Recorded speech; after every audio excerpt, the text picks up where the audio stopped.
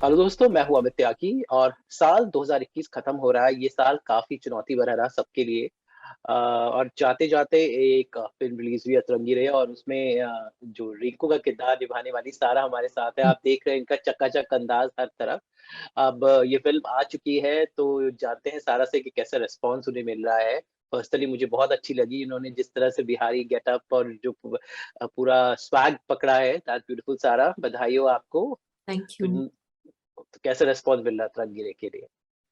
मुझे तो लगता है कि I am just so thankful, so grateful. मुझे बहुत ही ज्यादा अच्छा रिस्पांस मिल रहा है।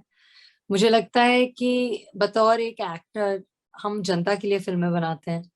और मैं शूट कर रही हूँ अभी, लेकिन मॉम मुझे रोज स्क्रीनशॉट्स भेज रही हैं ट्विटर पर। मेरी टीम मुझे स्क्रीनशॉट्स भेज रहे हैं कि लोग क्या क्या कह रहे हैं। और मुझे लगता है कि बहुत ज्यादा प्यार मिल रहा है। मम्मी को फिल्म अच्छी लगी। फादर ने फिल्म देखा, वो रोए फिल्म देखकर। भाई सबको बोल रहा है कि अरे मेरी बहन की फिल्म आ गई। तो आई थिंक कि honestly on the whole I am very very very very happy. अब जो खूबसूरत बात मैं अभी सोच ही रहा था, मैंने कहा आपसे शेयर करूं। योर जो कैरेक्टर था रिंकू का, it goes through like various transition. जब शुरुआत होती है ऐसा लगता है कि धाकड़ लड़की होगी बिहार की।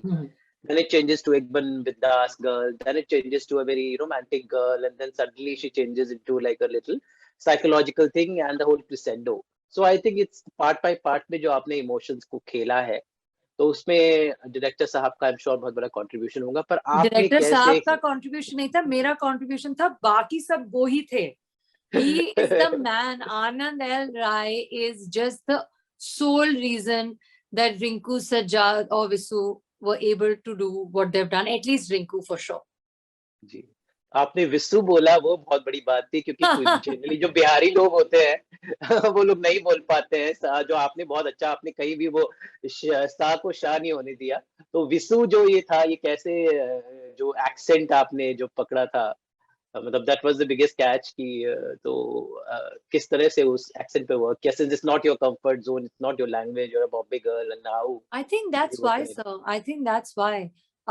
मुझे लगता है कि एक्सेंट, बॉडी लैंग्वेज, ये सब मुझे बहुत इंटरेस्टिंग लगी इस दुनिया में। और मुझे मतलब by the end of it बहुत ही आनंद जी का हमेशा ये कहना था कि we'll work on accent, we'll work on diction, but जब हम सेट पर जाएंगे तब ये बस होना चाहिए।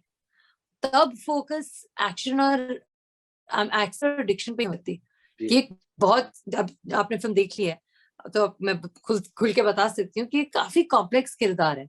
बहुत। तो जब इस कैरेक्टर के इमोशंस को मैं जस्टिफाई करने निकल रही हूँ, तब back of the mind diction and all should be there, but it shouldn't be the focus. तो वो हमेशा से था। Anand ji was very clear about that. Ji.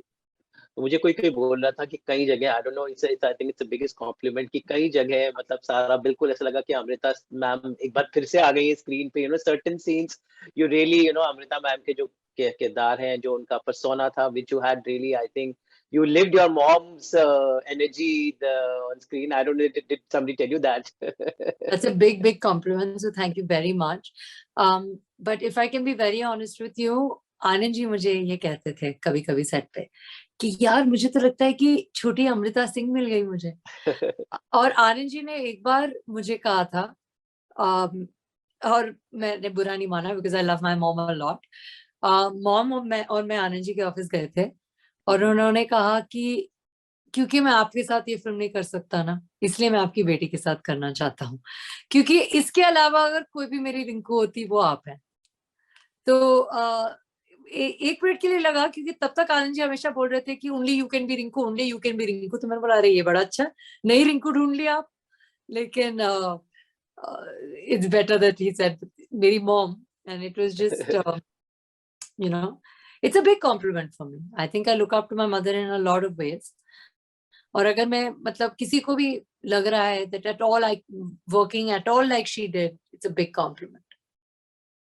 Yes, definitely it is. लेकिन एक और चीज बहुत अच्छी थी कि आपकी और धनुष की केमिस्ट्री में, धनुष तो एक एस्टैब्लिश्ड एक्टर है, लेकिन आपने उनके साथ जो इमोशंस का जो तालमेल बना के रखा, वो कहीं भी आपने उसको लूज नहीं होने दिया ग्राफ को। ऑफ कोर्स अक्षय सर तो थे ही, लेकिन जो मेन आपका और धनुष का जो ट्रैक था, विशु का, और जो साथ में आप दोनों का, तो कैसे मतलब धनुष के साथ you used to work, what kind of actor he is very like method actor, how did you to of I you think he is a broke very ties? Experienced actor. तो जब अपने कैरेक्टर को जान ले, I think he is just a outstanding actor. मुझे क्या लगा, चाहे वो केमिस्ट्री हो या तालमेल हो, मुझे ये बहुत अच्छी लगी कि रिंकू को या सारा मिल नहीं आती। ऐसे बहुत इंपॉर्टेंट मोमेंट्स हैं जहां वो तमिल में बात कर रहे हैं। जी। पहली बात जब वो बोलता है कि जबरदस्ती से हुई शादी लेकिन बीवी है मेरी, आज तक मुझे नहीं पता कि उससे पहले उसने क्या बोला है मैं उनके फादर इन लॉ को। वो आके मेरे मुंह पे पानी मारते हैं, है ना, और फिर धनुष कुछ बोलते हैं उन्हें और रिंग वापस दे देते हैं। वो लाइन मैं नहीं समझी। जब वो अपने माता पिता को बोलता है कुछ निकलते टाइम, वो लाइन मैं नहीं समझी। जब वो फाइनली, जब सज्जाद आ गया, जब मैं बोलती हूँ और वो मुझे हक करता है और शायद अपने प्यार का इजहार करता है, वो भी नहीं मैं समझी। और मुझे ये चीजें बहुत अच्छी लगी बिकॉज आई थिंक कि प्यार में भाषा की अहमियत ज्यादा नहीं होती जितनी भावनाओं की होती हैं। और हमारे फिल्म के द्वारा हमने एक्चुअली हमारे भावनाओं को इतना स्ट्रांग रखा है, मुझे लगता है कि वो केमिस्ट्री वर्क कर गई कि वाकई रिंकू विसु की आंखों में देख के समझ रही है और सारा भी धनुष की आंखों में देख के समझ रही है। मुझे आज तक नहीं पता कि उन्होंने क्या कहा है उस सीन में, और मुझे जानना भी नहीं है, क्योंकि जितना समझना था मुझे लगता है मैंने समझ लिया। तो I think that was something, and I think that Anand ji ने जो दुनिया बनाई थी वहां सेट पर, वो एक्चुअली विसु थे और मैं एक्चुअली रिंकू थी। तो जो भी केमिस्ट्री वर्क हुई वो बस आनंद जी का जादू था। जी। अब काफी फिजिकली एग्जॉस्टिंग पिक्चर होगी, आप काफी भाग रही है, दौड़ रही है, रिक्शा में जा हाँ। रही हैं, कूद रही है। कभी आप मदुरई में शूट करा आपने, फिर आपने बनारस में शूट किया, सो दिल्ली में शूट किया, तो कैसा था ये सब locations, and how physically challenging, मतलब एक मौसम से दूसरे मौसम हो रहा था, तो how was it, and that too in pandemic I guess? I think कि चैलेंजिंग तो था, but I think the only active days that I had in 2020 were on that set. तो वो मतलब 50 दिन साल में अगर आप ऐसा काम करो जो आपको पूरे पूरे दिल से अच्छा लगता है, तो वो काम काम नहीं लगता। तो मुझे लगता है मेरे साथ तो ऐसा ही हुआ है। मदुरई बनारस का स्केड्यूल तो काफी चैलेंजिंग था क्योंकि रात का शूट था, बारिश में भागना था, वो था चैलेंजिंग। मदुरई में अपने चैलेंजेस थे क्योंकि वो जो ठंड में भागना भीगना था, वो अब सडनली कड़कती धूप में लंबे बाल लेकर नायलॉन की साड़ी में नाचना था। फिर दिल्ली में वापस ब्लाउज में नाचना था, नाइट के शिफ्ट से, तो वेदर वाज ट्रिकी। चकाचक के दौरान मतलब मैं ऑलमोस्ट सोलो डांस कर रही थी। साउथ इंडियन स्ट्रॉन्ग मेन की एनर्जी मैच करने की कोशिश कर रही थी, तो फिजिकली डेफिनेटली चैलेंजिंग था, लेकिन जैसे मैंने कहा बहुत ज्यादा मजे आए। जी।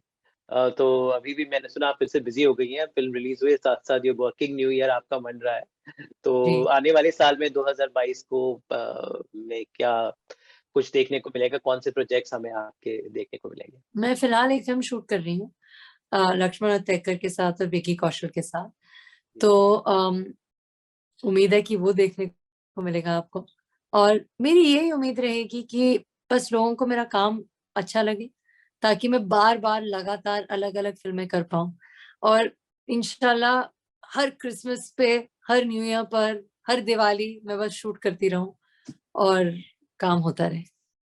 जी। एनी न्यू ईयर रेज़ोल्यूशंस कुछ ऐसा है जो अब तक करते आई थी, अब ना करेंगे क्योंकि ये साल बहुत कुछ सिखा के गया है पिछले हमें, तो 2022 में एनी रेज़ोल्यूशंस? मैं कभी कुछ भी फॉर ग्रांटेड नहीं लेना चाहूंगी। मुझे लगता है चाहे वो एक सेट पर जाके अपने फर्स्ट एडी के मुंह से एक्शन सुनना हो, या मतलब रोज मतलब सुबह उठ के, सुबह 4 बजे उठ के जिम जाके फिर सेट पे जाके मेकअप लगा के शूट करना हो, जो जो चीजें बहुत अच्छी लगती हैं मुझे, जो कि 2020 के पहले लगा था कि होती रहेंगी, जब वो रुक गई ना, तो जिस तरह का खालीपन फील हुआ वो मैं कभी फील नहीं करना चाहती।